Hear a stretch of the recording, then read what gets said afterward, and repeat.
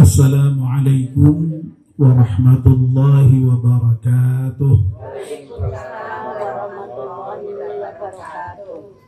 Bismillahirrahmanirrahim. Alhamdulillahi rabbil alamin. Wassalatu wassalamu ala ashrafil mursalin Sayyidina wa maulana Muhammadin wa ala alihi wa sahbihi ajma'in.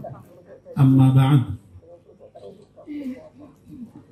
Yang sama-sama kita hormati Ibu Taufikur Rahman beserta keluarga besar, Bapak-bapak, para sesepuh, bini sepuh, dan seluruh tamu undangan yang insya Allah dimuliakan dan dirahmati Allah Subhanahu wa Ta'ala. Alhamdulillah, kita panjatkan syukur kepada Allah Subhanahu wa Ta'ala pada pagi hari ini atas limpahan rahmat dan nikmatnya kita semua bisa hadir di dalamnya Ibu Taufikur Rahman ini dalam rangka memperingati 1 tahun ya wafatnya Bapak Profesor Dr. Taufikur Rahman MSI. Meskipun gelarnya panjang, saya menyebutnya Mas Taufik. Karena Mas Taufik ini kebetulan sahabat tetapi senior saya. Waktu saya mondok di Pondok Torekot Jalan Sudono 13 Bulus Talang, barangkali bapak-bapak dan ibu-ibu pirsa ya, pondoknya Pak Haji Ahmad Anwar Toko AA Bulu itu ya.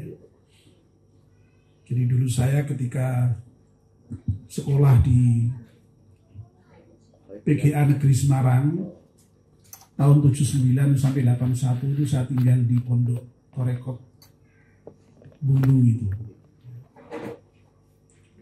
Nah, saya di situ kebetulan yang paling kecil.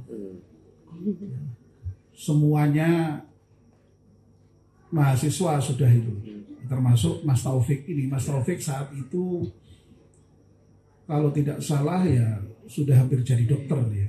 Kayaknya sudah apa namanya, sudah koas. Dan kemudian ketika saya masih di Torekot itu pula Mas Taufik sudah menikah.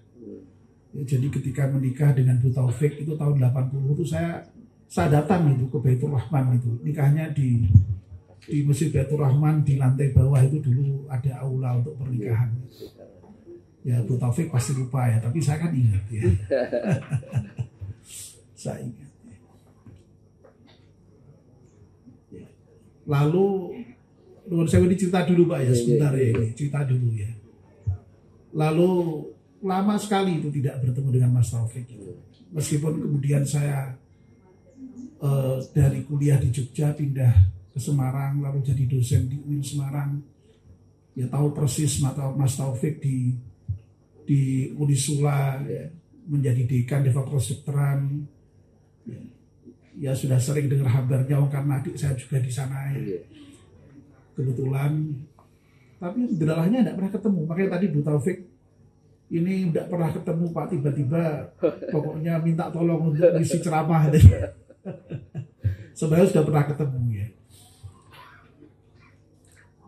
Nah jadi baru ketemu kembali itu ketika ya 1-2 tahun sebelum COVID. Kami kebetulan karena yang merasa paling muda di Semarang itu lalu berusaha untuk mengumpulkan alumni Pondok Torekot itu di Pondok Torekot dulu lagi. Alhamdulillah Pak, Masya Allah datang semua itu, senior datang semua. Mas Taufik Rawu, Profesor Maksum yang pernah jadi rektor di IAIN Cirebon Rawu, Mas Kiai Zainal Abidin yang pengasuh Pondok Parakan Canggah Banjarnegara, meskipun toh sudah dalam kondisi nuwun sewu ya gerah dan matanya sampai nuwun sewu tidak bisa Mirsani lagi rawuh dengan keluarga. Mas Syiaruddin yang putranya Pak Anwar sendiri yang di Kudus rawuh. Mas Faisal yang dulu mantan kepala MTSN yang di Ketilen ya, itu juga rawuh. Hampir rawuh semua. Kok Allah mentakdirkan lain. Setelah itu seperti gitu. Seperti apa ya? Kayaknya itu pertemuan yang dirancang untuk pertemuan pertama dan terakhir begitu ya. Ya Allah, kemudian turut-turut itu Profesor Maksum yang YIN Cirebon itu situ. Lalu Mas Kiai Zainal Abidin situ. Lalu Mas Syiaruddin yang putranya Ki Anwar yang di Kudus situ. Lalu Mas Faisal yang di Demak itu situ. Lalu termasuk juga Mas Taufikur Rahman itu Masya Allah karena COVID kemarin dipanggil Allah Subhanahu wa Ta'ala. Masya Allah saya tuh ya sedih sekali ya. Jadi kehilangan sahabat-sahabat terbaik saya, sahabat-sahabat senior saya itu sedih sekali. Termasuk Mas Taufik. Bahkan saat itu sudah direncanakan untuk silaturahim besok tahun depan di Pak Maksum Cirebon, tahun berikutnya di Banjarnegara. Malah kemarin Bu Taufik cerita katanya sudah cerita Bu ya, mau diajak nanti kalau ke Banjarnegara Bu ya, ternyata nggak jadi ya, itulah Allah menentukan ya. Ini sekedar cerita dulu ya, sekedar cerita ya. Ini makanya saya bersyukur sekali Bu Taufik kok tiba-tiba ngebel saya ya, saya tidak membayangkan sama sekali. Lalu kemudian mengabari ada hall ya, 1 tahun wafatnya Mas Taufik ini, dan ini saya anggap sebagai sebuah kesempatan yang sangat luar biasa ya, bisa bertemu dengan keluarga Mas Taufik, ketemu dengan jamaah di perumahan Gombel Purba ini. Saya berdoa mudah-mudahan pertemuan pada siang hari ini diberkahi oleh Allah Subhanahu wa Ta'ala. Amin ya rabbal alamin. Kita semua mendoakan semoga Mas Taufik yang dipanggil Allah setahun yang lalu itu wafat dalam husnul khatimah. Diampunkan dosa-dosanya oleh Allah Subhanahu wa Ta'ala, diterima amal baiknya, dan mudah-mudahan di alam kubur Mas Taufik ini sudah mendapatkan nikmat kubur ya. Di antara doa yang biasa kita panjatkan kepada Allah Subhanahu wa Ta'ala ketika kita mendoakan orang yang wafat itu kan, di samping mohonkan ampun, mohon rahmat ya, itu ada doa yang mohon supaya kuburnya almarhum itu dijadikan oleh Allah sebagai taman ya, dari taman surga ya. Allahumma ja'al qabrahu raudhatan mir riyadil jannah ya. Kalau dijamakkan biasanya menjadi miryadil jinan ya. Jadi ada yang mengucapkan miryadil jannah atau miryadil jinan ya. Taman dari sekian banyak taman surga. Wala taj'al qabrahu khufratan min khufarin nar. Kalau dijamakkan menjadi khufarin niran. Dan jangan engkau jadikan kuburnya almarhum itu sebagai jurang dari sekian banyak jurang neraka. Nah, doa ini pun juga kita panjatkan untuk Mas Taufik almarhum ya. Sekali lagi semoga kuburnya Mas Taufik oleh Allah dijadikan sebagai taman di antara taman surga, dan tidak dijadikan Allah sebagai jurang di antara jurang neraka. Amin ya rabbal alamin. kita juga mendoakan semoga seluruh keluarga yang ditinggalkan tetap sabar, ya, pinaringan tetap iman Islam dan bisa melanjutkan perjuangan almarhum Mas Taufikur Rahman. Amin ya rabbal alamin. Bapak dan ibu-ibu yang dirahmati Allah Subhanahu wa taala. Alam kubur, ya, alam yang sekarang ini Mas Taufikur Rahman sudah berada di sana, itu sering juga disebut dengan alam barzakh, ya. Jadi alam kubur itu jangan kemudian dibayangkan ya kuburannya itu, ya. Kalau kuburannya itu ya fisiknya, tetapi sesungguhnya ketika orang itu ketika wafat, ya, berada di alam kubur itu maksudnya di alam barzakh. Alam barzakh itu ya alam yang merupakan pertengahan antara alam dunia dengan alam akhirat. Barzakh itu sebenarnya kalau dari segi bahasa artinya pemisah antara dua hal, ya. Pemisah antara dua hal, ya. Nah, dalam kaitannya dengan alam barzakh yang terkait dengan alam kubur itu, ya, alam yang memisahkan antara alam dunia dengan alam akhirat. Tidak sama dengan alam dunia, tapi juga tidak sama dengan alam akhirat, ya.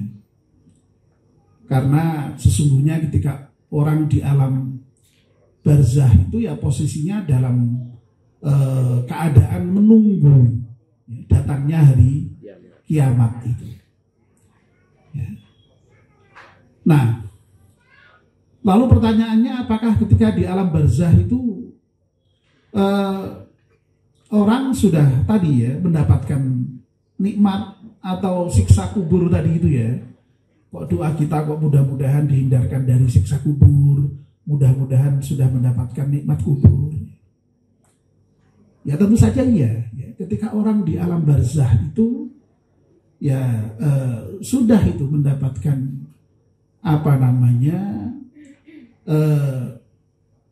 nikmat kubur bagi yang memang ketika di dunia itu amalnya baik, ya. Tapi sebaliknya dia juga sudah mendapatkan kesusahan, ya, yang seringkali kita sebut dengan siksa kubur itu ya sudah dapat. Meskipun memang ya kalau siksa dalam pengertian yang sesungguhnya dan ganjaran dalam pengertian yang sesungguhnya itu ya memang setelah hisab nanti di akhirat, ya, itu harus dibedakan, ya. Makanya kalau Pak Quraisy Shihab itu lebih senang menyebut dengan istilah panjar. Panjar itu apa ya istilahnya? Panjer itu apa ya? Ya semacam uang muka begitulah, ya, semacam DP begitu, ya. Jadi kalau siksa dan nikmat yang sesungguhnya sebagai balasan amal kita di dunia itu ya di alam akhirat, ya, setelah nanti kiamat sesudah dihisab baru diberi balasan surga atau neraka. Nah, kalau di alam kubur ya memang belum sampai pada level balasan dalam pengertian seperti itu, belum ada hisab, ya.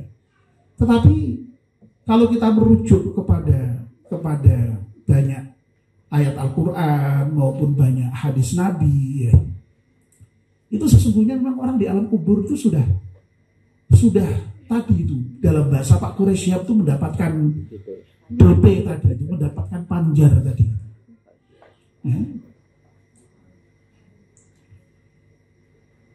Misalnya diceritakan dalam salah satu hadis Nabi, ya. Nabi kan pernah itu suatu ketika lewat, ya, di kuburan, ya. Lalu Nabi berhenti, ya.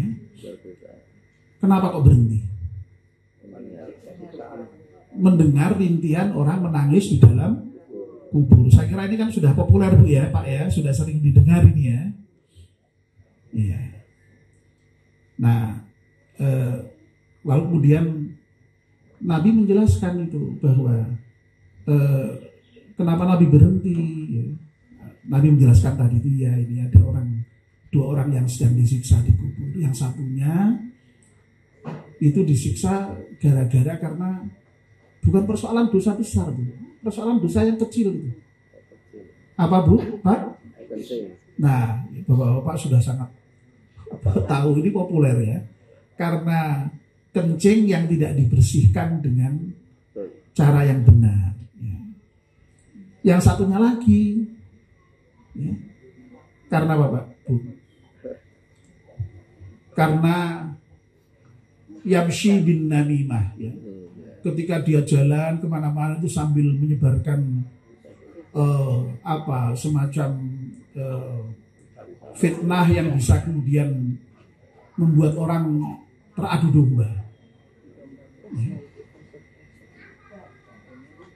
Nah, kalau yang pipis itu mungkin sampai sekarang ya masih banyak sejak dulu ya orang pipis lalu kemudian habis pipis sembarangan itu, apalagi kok mencuci ya, kadang-kadang mencuci aja enggak itu ya. Jadi sering kita lihat di mana misalnya di tempat-tempat tertentu itu kayaknya kok enggak cuci itu, begitu selesai langsung cuma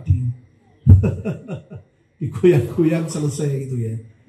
Ya, loh itu dicuci tidak dengan bersih aja itu sudah jadi masalah itu ternyata di kuburan itu. Menurut hadis yang sudah kita kenal dengan populer. Oleh karena itu ya harus hati-hati memang ya terkait dengan persoalan pipis itu ya. Ya memang kadang-kadang yang repot itu kan kalau di perjalanan itu tidak selalu ya ada fasilitas yang memungkinkan kita itu untuk bisa bebersih dengan sebaik-baiknya dan sesempurna-sempurnanya. Tapi setidak-tidaknya ketika di rumah itu ya harus betul-betul diperhatikan betul ya terkait dengan persoalan itu. Lalu yang kedua terkait dengan persoalan tadi itu ya, yamshi bin namimah tadi itu berjalan dengan menyebar fitnah yang kemudian bisa mengadu domba orang itu. Wah, kalau kita refleksikan sekarang ini ngeri juga itu kan ya, dengan media sosial ya, betapa kita itu seringkali ya menyebar berita yang tidak tentu benarnya, yang itu kadang-kadang juga bisa menimbulkan permusuhan di antara kelompok satu dengan kelompok yang lain. Wah, hati-hati betul ini kita harus hati-hati. Nah, jadi poinnya adalah bahwa Nabi pernah itu ya melakukan hal yang seperti itu ya, berhenti ketika ada tangisan di dalam kubur itu. Loh kok Nabi tahu ya? Nabi ya tentu saja karena diberi tahu oleh Allah Subhanahu wa taala. Dan yang menarik kemudian apa? Nabi itu kemudian mengambil salah satu dahan atau ranting pohon ya, yang kemudian oleh Nabi itu ditancapkan di dalam kubur itu ya. Nah itulah yang kemudian menjadi tradisi kita itu, kalau kubur itu lalu kemudian ada kembang apa itu namanya Pak? Kembang teraseh ya, itu sebenarnya mengikuti tradisi itu ya. Nah ketika ditanya para sahabat, dulu Nabi ngapain kok dadak melakukan hal seperti itu ya, semoga dengan tanaman ini, selama tanaman ini masih hidup, mudah-mudahan bisa meringankan siksa orang yang ada dalam kubur. Artinya apa ya? Artinya sekali lagi ya, bahwa orang di dalam kubur itu sudah mendapatkan tadi itu panjar tadi itu ya, mendapatkan panjar tergantung dari amalnya itu. Kalau yang buruk ya jadi siksa tadi. Nah kalau yang buruk mendapatkan siksa, tentu saja yang baik juga mendapatkan nikmat ya. Makanya dalam Al-Quran itu ada ayat yang dengan tegas menyatakan wala tahsabannal ladzina, tadi saya tulis ya, Wala yahsabanna alladziina qutilu fi sabilillahi amwata. Janganlah kalian kira ya bahwa orang-orang yang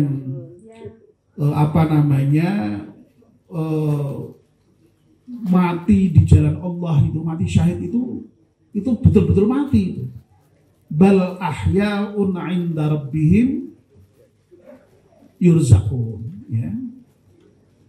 Jadi yang namanya orang-orang yang wafat jihad fisabilillah itu, ya, para syuhada itu oleh Allah eksplisit itu dinyatakan hidup dan masih mendapatkan rezeki dari Allah Subhanahu wa taala. Berarti kan ya ketika sudah wafat itu masih mendapatkan nikmat terus dari Allah Subhanahu wa taala. Ya. Nah, inilah Bapak-bapak dan ibu yang dimuliakan Allah Subhanahu wa taala, ya. Karena orang yang wafat itu sekali lagi ternyata dikubur itu sudah mendapatkan panjar, baik itu berupa kesusahan maupun kesenangan itu, ya makanya lalu menjadi penting di samping tentu saja kita yang hidup sekarang ini harus betul-betul mempersiapkan diri supaya nanti ketika dikubur sudah mendapatkan nikmat, ya. Tetapi menjadi penting juga orang-orang yang masih hidup untuk mendoakan orang-orang yang sudah wafat itu, ya. Makanya lalu ada perintah untuk mendoakan orang yang muslim, ya. Jadi orang yang muslim itu memang ya di antara sifatnya mau mendoakan orang lain yang sudah mendahului kita. Dalam Al-Quran secara eksplisit ditegaskan, walladzina ja'u min ba'dihim yaquluna rabbana ighfir lana wa li ikhwanina alladzina sabaquna bil iman.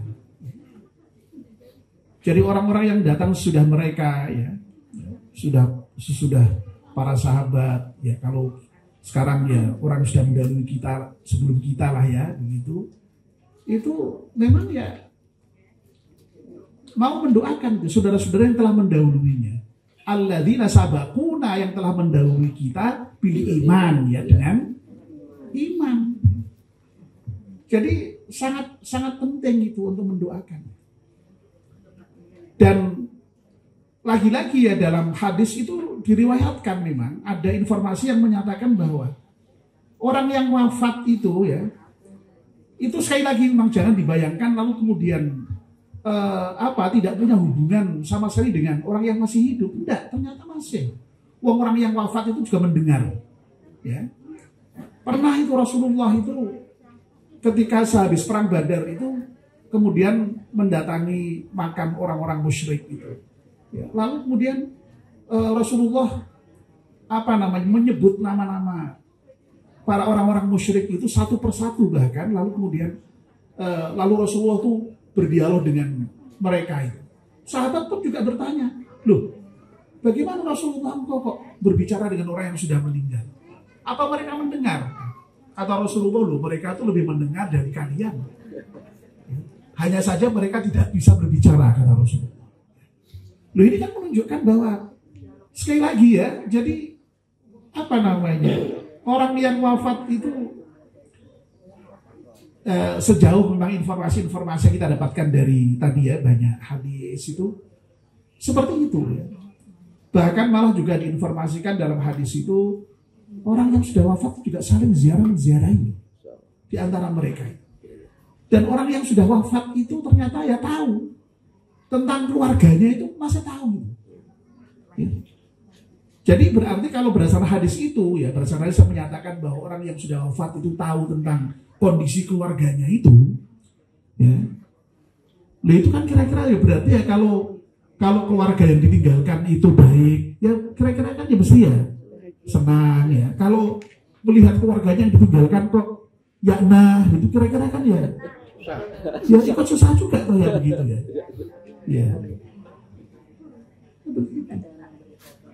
Dan berdasarkan hadis itu pula ya, insya Allah Mas Taufik ya, ini di alam barzah sana tuh ya tahu ini ya, kalau keluarganya sedang melakukan haul ya 1 tahun, tetangga-tetangga pada datang mendoakan ya. Ada sahabatnya yang meskipun hanya 1 orang ya datang ya ikut mendoakan, ini tahu nih insya Allah ya. Dan pasti senang ya. Pasti senang ya. Pasti senang ya. Cuma memang ya sekali lagi, kalau orang di dunia itu kan ya karena berada di alam fisik ya, lalu kemudian ya senangnya itu ya kalau kemudian mendapatkan apa pemberian-pemberian yang sifatnya fisik ya, oleh tetangganya dikirimi apa Pak, misalnya pas masak kemarin habis lebaran, wah yang satu masak gulai dikirimi, yang satu masak sate dikirimi, yang satu masak tongseng dikirimi, yang satu masak ada Bu kambing diopor ya. Kok tidak lazim ya? Di apa itu yang pakai buncis itu apa namanya? Asem-asem dikirimi. Wah akhirnya ya Allah di rumah itu kok ini masakan kok macam-macam gitu ya, dikirim tetangga sedikit-sedikit tadi itu. Ya, sudah sarapan, baru selesai sarapan ada soto panas datang. Wah ini Pak saya bikin soto, waduh, iki piye wis bar sarapan, nanti saya dikirimi soto ya. Tetapi ya, wah ya disantap lagi. Nah, kalau tidak disantap kan, ya, adem Pak ya. Ini masih panas sekali loh Pak. Wah ya terima kasih ya. Itu kalau masih hidup ya. Tetangganya panen mangga ya. Ini pohon mangga ini Bu ya. Ya. Panen mangga ya, rakyat 1-2 ya.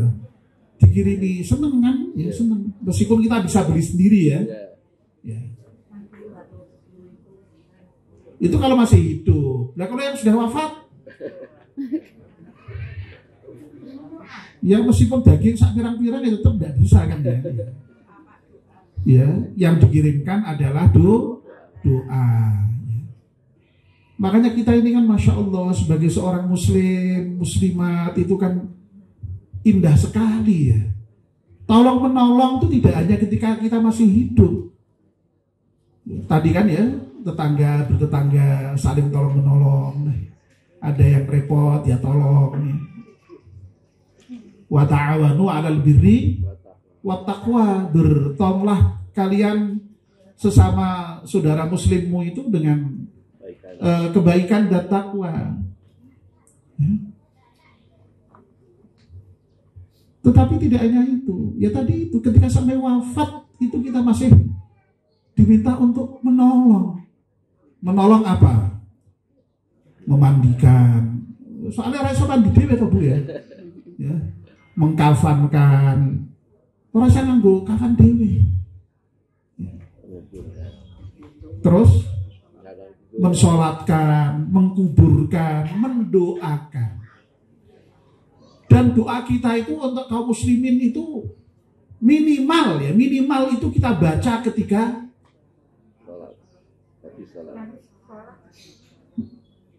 khutbah Jumat itu. Minimal kan ya, karena itu menjadi rukun kan ya. Coba kalau khutbah Jumat itu khatib selalu mendoakan Allahumma ghfir lil muslimina wal muslimat wal mu'minina wal mu'minat al ahya'i minhum wal amwat. Ya Allah, yang muslim muslimat itu tidak disebut loh Pak. Sak dunia itu disebut semua itu sifatnya ammah, umum. Orang kok terima kaum muslimin muslimat di gombel permenda. Itu termasuk yang dimanapun di dunia termasuk yang disebut. Dan kita pun juga sama disebut oleh orang muslim seluruh dunia, Masya Allah itu. Dan itu al-ahya'i minhum wal amwat, yang masih hidup maupun yang sudah meninggal, didoakan semua. Lebih-lebih yang sudah meninggal itu, karena kalau sudah meninggal tidak bisa berdoa sendiri. Kalau masih hidup lu bisa doa dewe ya toh. Dan kalau sudah meninggal tuh tidak bisa berdoa sendiri, makanya didoakan. Jadi kalau kita mendoakan itu pentingnya itu. Ya, makanya ya alhamdulillah lah ya kita ini mau mendoakan saudara kita yang sudah wafat. Ya, sebentar lagi kita akan nyusul Pak ya. Tadi saya sudah bicara dengan Pak Abdul Halim. Ini kayaknya kok yang rawuh sudah kayaknya ya. Semuanya oversweet ya. Iya ya Allah. Betul Pak katanya gitu ya. Loh, berarti kan tidak lama lagi ya kalau dari sisi kesempatan Pak ya. Masya Allah. Berarti memang ya nanti pada saatnya kita didoakan saudara-saudara kita. Makanya ya mumpung kita masih hidup ini, ya di samping berdoa sendiri untuk diri kita juga mendoakan saudara-saudara kita ya, baik yang masih hidup maupun yang sudah wafat tadi. Didoakan. Dan itu relevan sekali. Ya, Masya Allah ya. Dan insya Allah sekali lagi Mas Taufik di alam barzah bergembira ya pada saat ini ya, dengan kehadiran kita yang saat ini kumpul di halaman rumahnya ya, tidak di rumahnya ya. Ini istimewa ya. Tadi rupanya ada yang cerita kemarin ada yang punya hajat ya dia, yang punya hajat ya karena kebetulan ini mau ada hajat lain lagi ya, tidak dibongkar dulu Pak ya. Wah luar biasa. Ya, ini kan luar biasa, indah seperti ini ya. Hidup di masyarakat itu. Ya. Oke. Baik ya. Jadi sekali lagi apa yang dilakukan oleh orang yang hidup, yang masih hidup seperti kita ini itu bermanfaat bagi orang yang sudah wafat. Ya. Makanya ada konsep tadi itu mendoakan. Ada konsep misalnya sekarang bapak-bapak ya mungkin pernah dengar istilahnya ya. Ini kan sedang haji ya. Pernah istilah dengan badal haji. Bu, pernah dengan istilah badal haji? Apa itu Bu? Menggantikan. Iya. Badal itu menggantikan berarti untuk orang tua kita, untuk saudara kita yang sudah wafat, yang belum haji, sementara kita badali. Ya. Kalau kita sendiri bisa bagus, tapi karena kita seringkali tidak punya kesempatan, lalu kemudian minta tolong orang dengan membayar. Nah, sekarang nggak tahu itu berapa atau sampai berapa juta itu badal haji itu. Mesti ya karena haji sekarang mahal, badal haji ya juga mahal. Ya. Kalau zaman dulu ketika haji itu cuma 7 juta, 8 juta itu ya badal haji itu kalau nggak salah hanya sejuta atau 500.000 itu sudah dapat. Kalau sekarang haji sudah puluhan juta, nunggunya bertahun-tahun, badal haji juga mahal. Badal haji mahal. Kalau nggak salah mungkin sampai puluhan atau belasan lah paling tidak. Ya. Lu artinya apa? Berarti kalau badal haji itu nyatanya dibenarkan Rasulullah ya. Dan pernah ada kasus memang seorang anak yang ingin membadalkan haji orang tuanya. Berarti kan amal orang yang hidup bermanfaat bagi orang yang sudah wafat. Termasuk sodakoh ya. Jadi ya memang bacaan tahlil, bacaan tasbih, bacaan takbir itu ya sodakoh ya. Karena Nabi mengatakan setiap rusuk manusia itu kan ada sodakohnya ya. Lalu kemudian Nabi menyatakan tahlil ya sodakoh, tasbih ya sodakoh, tahmid ya sodakoh. Ya. Tapi ya meskipun sodakoh jangan kemudian lalu saben hari sodakohnya hanya dengan itu saja ya. Sodakoh, aku sodakoh, aku sodakoh tasbih ya. Ya tidak begitu ya. Sodakoh ya seringkali juga dalam bentuk berupa uang ya, ibadah maliyah. Nah, termasuk bersedekah dalam bentuk maliyah untuk orang yang sudah wafat itu juga dituntunkan oleh Nabi. Ya. Dituntunkan oleh Nabi. Ya oleh karena itu, makanya ya mudah-mudahan ya seperti sekarang kita dijamu oleh Bu Taufik ini ya, dijamu minuman, dijamu snack ya. Ini nanti mudah-mudahan ya, ini juga nanti dicatat oleh Allah sebagai sedekahnya Bu Taufik yang mudah-mudahan pahalanya juga mengalir pada Pak Taufik atau Mas Taufik. Ya.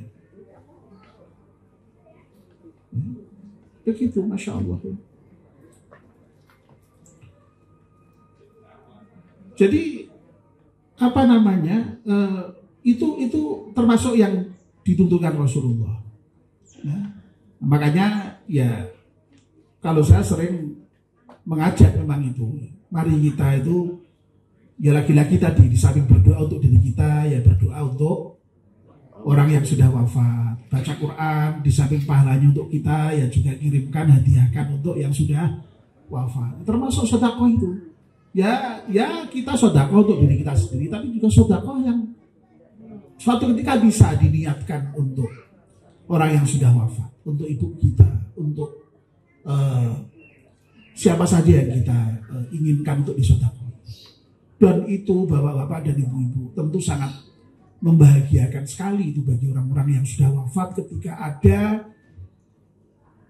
ahli warisnya, ada keturunannya yang kemudian mau bersedekah atas nama dia. Karena apa? Karena Masya Allah ya, dalam Al-Quran itu ada informasi. Orang itu ketika wafat atau ketika mau wafat itu kepengen ditunda waktunya diwafatkan itu. Apa yang diminta?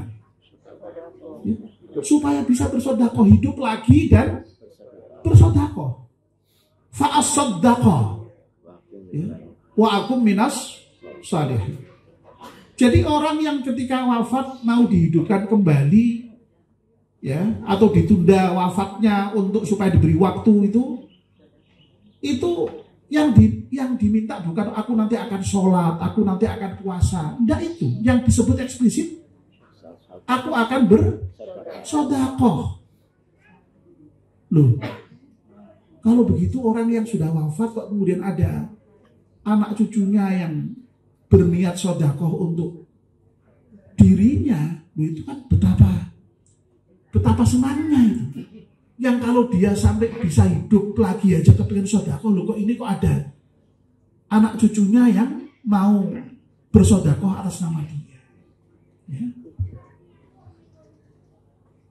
Nah, ya mudah-mudahan ini termasuk bagian yang nanti oleh Allah diharuskan sedekah. Ya mudah-mudahan nanti putra-putra Mas Taufik ya kalau punya rezeki ya sisihkanlah untuk sedekah atas nama orang tua ya. Atau kita-kita yang masih hidup ini sisihkanlah rezeki itu. Di samping sedekah untuk atas nama kita juga, atas nama orang tua kita, atas nama nenek kita, kakek kita ya. Itu pendidikan yang baik bagi anak-anak kita. Jadi saya kira kita tidak perlu pesan dengan anak-anak kita, yang besok bapak ibu wis kapundhut, aku tulung ya di sedekah atas namaku ya. Tidak usah begitu. Ya. Beri contoh saja sekarang mumpung kita masih hidup, bersedekahlah atas nama orang tua kita. Insya Allah kalau kita itu berbakti kepada orang tua kita, rajin mendoakan kedua orang tua kita, mau bersedekah atas nama orang tua kita, anak kita nanti akan melakukan hal yang sama kepada kita. Wong resepnya gampang kok. Nabi kita mengatakan birru abaakum tabirrukum abnaukum. Berbaktilah kepada kedua orang tua kalian. Kalau kalian berbakti kepada kedua orang tua kalian, niscaya itu sudah dipastikan, niscaya anak-anak kalian akan berbakti kepada kalian. Itu sudah resep, sudah kiatnya seperti itu.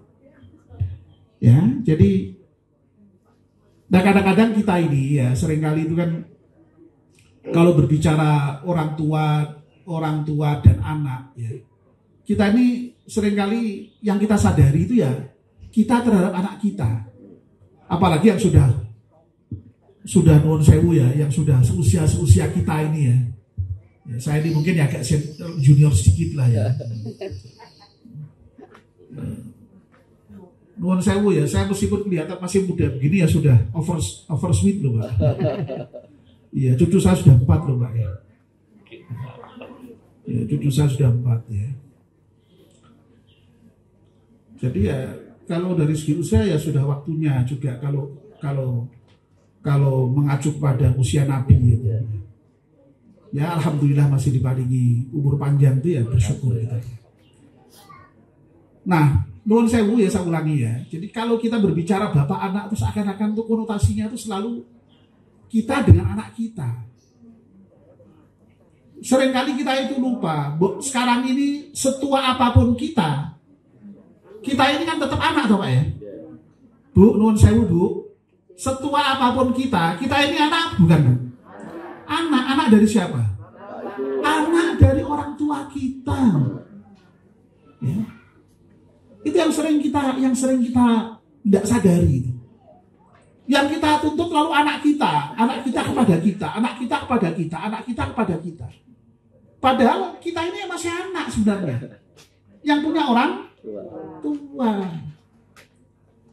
Nah, sekali lagi sabda Rasulullah ya, birru aba akum tabirrukum abnaukum. Berbaktilah kalian kepada kedua orang tua kalian, niscaya nanti anak-anakmu akan berbakti kepadamu.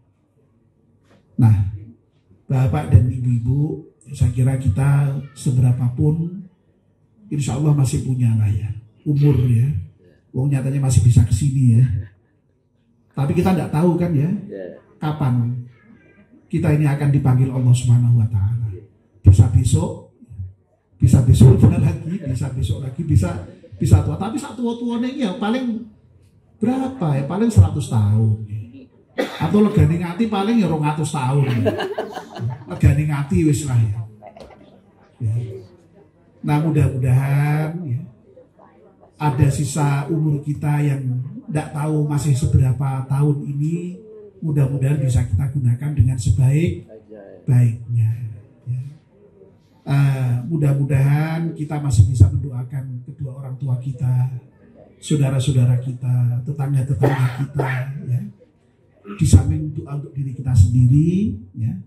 Dan dengan cara seperti itulah kita mempersiapkan kematian kita itu. Ya. Dan tentu saja kita semua berharap semoga kapanpun kita dipanggil Allah Subhanahu Wa Taala, wafat dalam keadaan husnul khotimah. Amin ya rabbal alamin. Satu lagi yang ingin saya sampaikan ya, saya lupa tadi ketika cerita Mas Taufik gitu ya. Kalau terhadap orang yang wafat, Bapak dan Ibu-ibu, kita itu harus banyak menyebut kebaikan-kebaikannya. Ya. Jadi ada perintah itu ya. Sebutlah kebaikan-kebaikannya. Ya, jangan disebut keburukannya ya. Makanya khol itu juga memang harus menceritakan kebaikan-kebaikan orang yang wafat itu. Tentang kebaikan Mas Taufik, saya yakin bapak-bapak sebagai tetangganya pasti lebih tahu dari saya ya. Pasti lebih tahu ya. Tapi saya punya kenangan yang tidak pernah saya lupakan terkait dengan Mas Taufik itu. Kebaikannya terhadap saya ya. Dulu ketika saya waktu dari Semarang kemudian saya pindah ke Jogja, saya dulu kebetulan kuliah di Fakultas Filsafat UGM. Lalu saya tuh pernah sakit ini syaraf ya sebenarnya syaraf ya, sakit syaraf ini yang sehingga lalu cengeng bukan biasa, lalu tegang sekali dan maunya itu ya hanya gedek-gedek gitu ya, gini Nah karena saya itu sakit syaraf itu, sehingga berobatnya kan ke dokter syaraf ya. Nah rupa-rupanya ada orang yang menyalahpahami itu ya. Dikiranya dokter syaraf itu otomatis gini ya. Lalu tersebarlah berita, wah Solihan itu gara-gara kuliah di Fakultas Filsafat jadi gila. Nah saya tadi sudah matur dengan Pak Abdul Halim ya. Saya itu punya guru-guru saya PGA Negeri Semarang dulu yang tinggal di sini. Ya. Ada yang sekarang masih hidup, Pak Soekardi. Ya, Guru Man. Ya, pirsa Pak ya, Pak Soekardi. Ya.